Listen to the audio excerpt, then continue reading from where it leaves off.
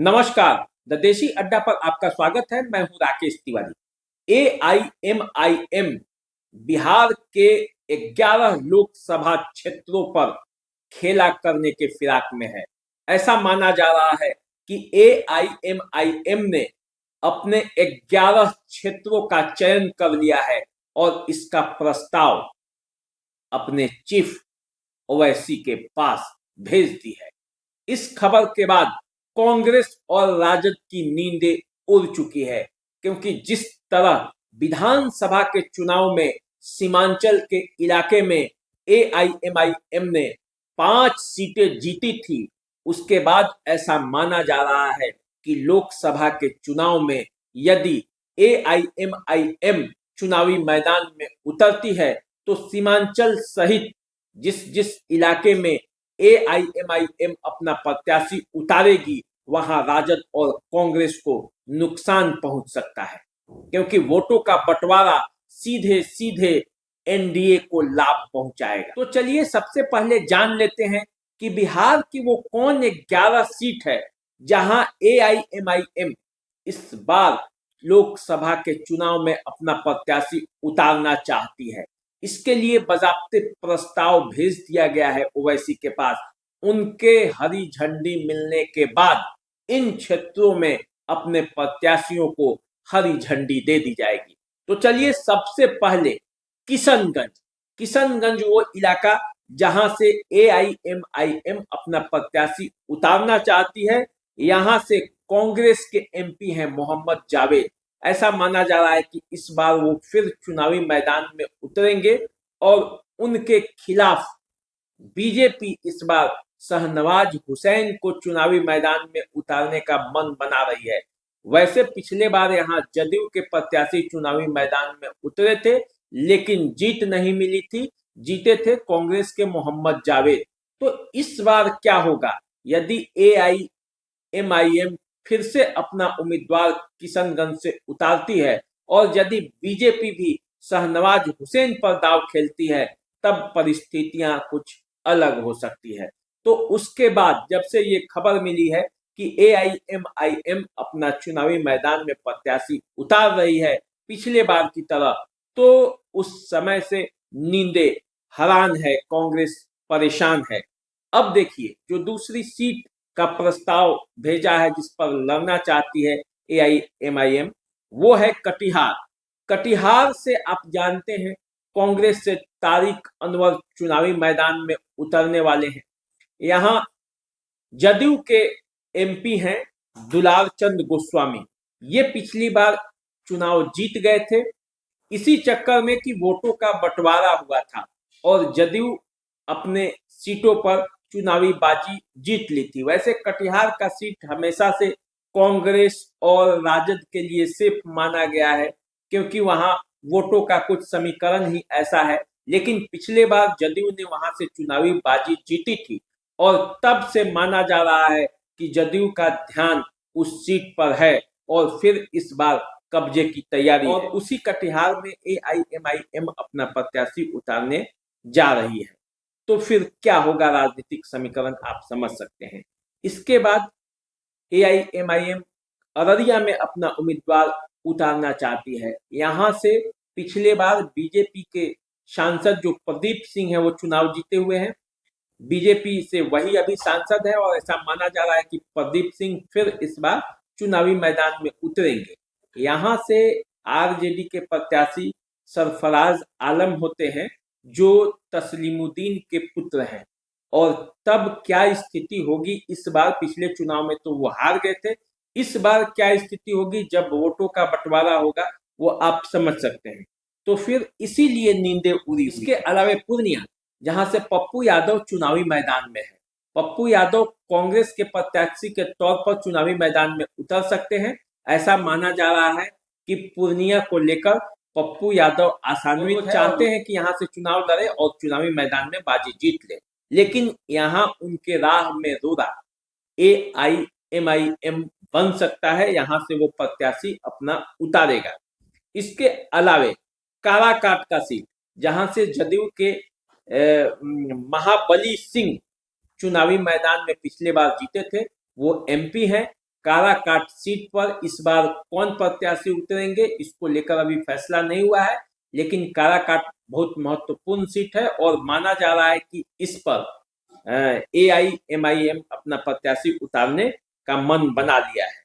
इसके बाद आते हैं उजियारपुर पर दावा किया है AIMIM ने कि यहाँ से भी वो अपना प्रत्याशी उतारेगी। तो यहाँ से नित्यानंद राय बीजेपी के सांसद हैं, पिछले बार वो चुनाव जीते थे, 14 में भी वो चुनाव जीते थे। इस बार AIMIM यदि चुनावी मैदान में उतरती है तो इसका सीधा सीधा लाभ नित्यानंद राय को मिलेगा। इसके अलावे गोपाल जी ठाकुर की जो सीट है दरभंगा, जहां से गोपाल जी ठाकुर पिछले बार चुनाव जीते थे, उस दरभंगा से भी AIMIM अपना प्रत्याशी उतारने का फैसला किया है।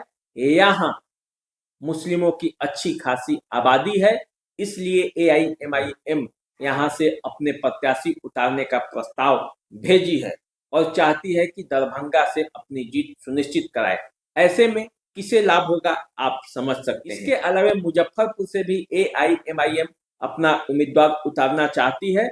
वहां से पिछले बार बीजेपी के अजय निषाद चुनावी बाजी जीते थे। इस बार मुकेश सहनी को लेकर अभी मामला फंसा हुआ है, पेच फंसा हुआ है, वो सीट होल्ड पे है। यदि मुकेश सहनी से सहमति बन गई तो अजय निषाद वहां से चुनाव नहीं लड़ेंगे, नहीं तो अजय निषाद वहां से भाजपा के प्रत्याशी हो सकते हैं और तब वहां चुनावी मैदान में यदि AIMIM अपना प्रत्याशी उतारेगी तो उसका लाभ बीजेपी को मिलना तय है। इसके अलावा गया से, जहां से जीतन राम मांझी चुनावी मैदान में उतरने वाले हैं, वहां से भी AIMIM ने दावा किया है कि वहां से भी वो अपना प्रत्याशी उतारेगी। पिछले बार यहाँ से जदयू के सांसद जो बने थे वो विजय कुमार मांझी यहाँ से चुनावी बाजी जीते थे, उनके जगह पे इस बार जीतन राम मांझी चुनावी मैदान से उतरेंगे, वो हम के प्रत्याशी होंगे। तो यहाँ से भी AIM अपना प्रत्याशी उतारने जा रही है। इसके अलावे बक्सर पर भी AIMIM ने दावा किया है। ये सीट बीजेपी ने पिछली बार जीती थी, अश्वनी चौबे यहाँ से सांसद हैं, वो केंद्र में मंत्री भी हैं। हालांकि बक्सर की सीट भी अभी होल्ड पे है, उनको भी लेकर भाजपा कार्यकर्ताओं में भी गुस्सा है, जनता में भी आक्रोश है। ऐसा माना जा रहा है कि क्षेत्र में उनके रिपोर्ट वैसा अच्छा नहीं गया है और इसीलिए वो सीट होल्ड पे है। वहां से क्या प्रत्याशी बदले जाएंगे, चाहे जो भी प्रत्याशी हो, लेकिन फायदा निश्चित रूप से बीजेपी को वहां होगा। इसके अलावा भागलपुर की सीट, भागलपुर से पिछले बार जदयू के अजय मंडल चुनावी बाजी जीते थे, वो सांसद है वहां से। इस बार भी ऐसा माना जा रहा है कि भागलपुर से जदयू के प्रत्याशी होंगे और यदि जदयू से प्रत्याशी कोई होता है और ऐसी स्थिति में वहां AIMIM अपना प्रत्याशी उतारती है तो भागलपुर में निश्चित रूप से NDA को फायदा होगा, क्योंकि भागलपुर में भी मुस्लिम आबादी अच्छी खासी है और AIMIM को वो सपोर्ट भी करती है।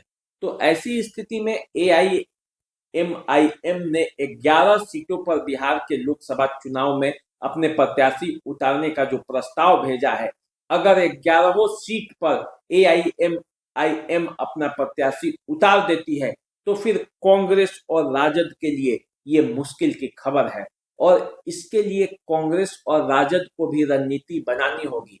हालांकि कांग्रेस और राजद पिछले बार भी चुनावी मैदान में उतरे थे और अपने बल पे उतरे थे, लोगों का सपोर्ट भी मिला था। हालांकि बिहार में सिर्फ किशनगंज की सीट ही उन्हें प्राप्त हुई थी। ऐसी स्थिति में जब बीजेपी के साथ चिराग पासवान भी हैं, बीजेपी के साथ नीतीश कुमार भी हैं, बीजेपी के साथ जीतन राम मांझी और उपेंद्र कुशवाहा भी हैं, तो ऐसी स्थिति में क्या होगा, जब AIMIM अपने प्रत्याशी उतार देंगे तो भले ही वो विपक्ष में हो, लेकिन काम जो होगा वो NDA के पक्ष में भी होगा। तो इसीलिए कई बार आरोप भी लगाते रहे हैं विपक्षी दल कि AIMIM बीजेपी की बी टीम है। आप क्या सोचते हैं कि AIM बीजेपी की बी टीम है या नहीं, या वो जिस तरह से उसके नेता ओवैसी कहते हैं कि हम तो अपना चुनाव लड़ने जा रहे हैं, हम अपना जनाधार बढ़ाने जा रहे हैं, जहां हम चुनाव नहीं जीत रहे हैं वहां कौन सी दूसरी पार्टियां जीत रही हैं, तो फिर हम चुनाव लड़े क्यों नहीं। लोकतंत्र में सबको चुनाव लड़ने का अधिकार है और मुस्लिमों को यदि उनका हक चाहिए तो वो AIMIM से जुड़ेंगे। तो ऐसी स्थिति में बिहार में लोकसभा का चुनाव बड़ा दिलचस्प होने जा रहा है। अब देखना है कि आगे क्या होता है। क्या 11 सीटों पर AIMIM अपना प्रत्याशी उतारती है, और यदि उतारेगी तो फिर चुनावी समीकरण क्या होगा। आप हमारे साथ बने रहिए, चैनल को सब्सक्राइब कीजिए, फेसबुक इंस्टाग्राम पे हमें फॉलो कीजिए। अभी दीजिए इजाजत, नमस्कार।